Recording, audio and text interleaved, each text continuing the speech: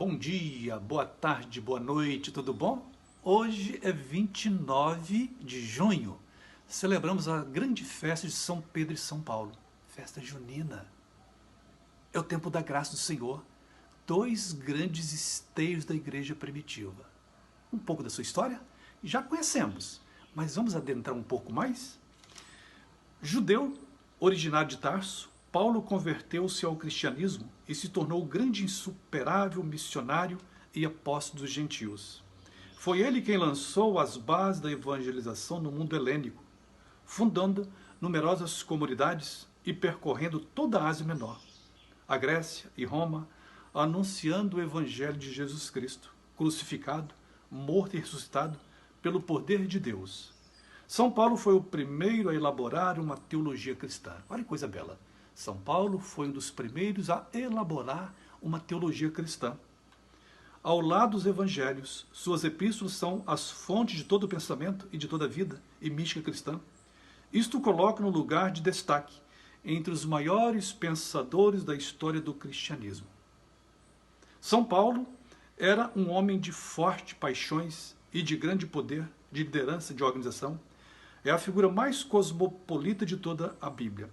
Segundo os estudiosos, Paulo era um homem da cidade. E em nenhum lugar seus escritos mostra qualquer mentalidade ou interesse pela vida rural ou pela vida, diríamos, da cidade.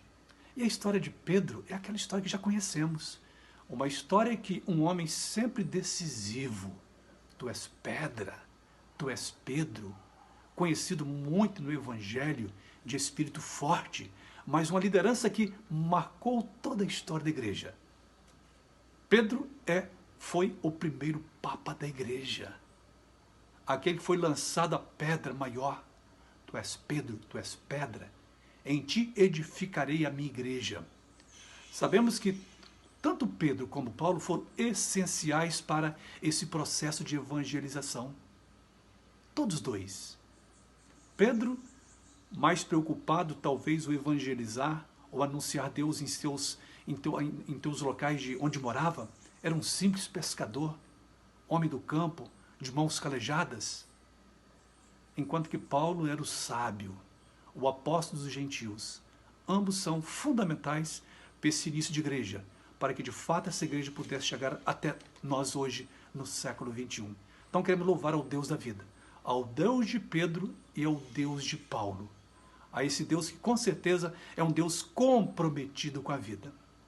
E que possamos fazer dessas testemunhas vivas também seguimento ao projeto de Jesus. Oremos. A festa dos apóstolos alega todo mundo até os seus extremos com júbilo profundo.